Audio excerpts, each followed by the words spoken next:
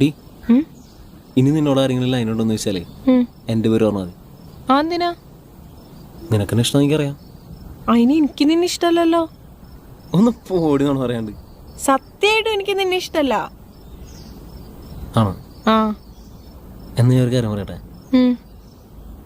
എന്നൊരാൾക്ക് ഇഷ്ടമാണ്. എന്നൊരാൾക്ക് ഇഷ്ടമാണ്. പിന്നെ എന്ത്? ഒന്നുമില്ല.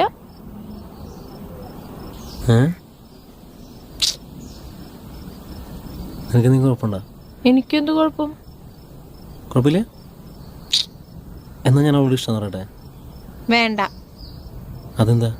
എനിക്കിഷ്ടല്ല. ആണോ? ആ അപ്പോൾ ഇനി ആരെങ്കിലും ലൈനുണ്ടെന്ന് വെച്ചാൽ എന്താ പറയും? നിന്റെ പേര് പറയും. ആണോ? പറയൂ.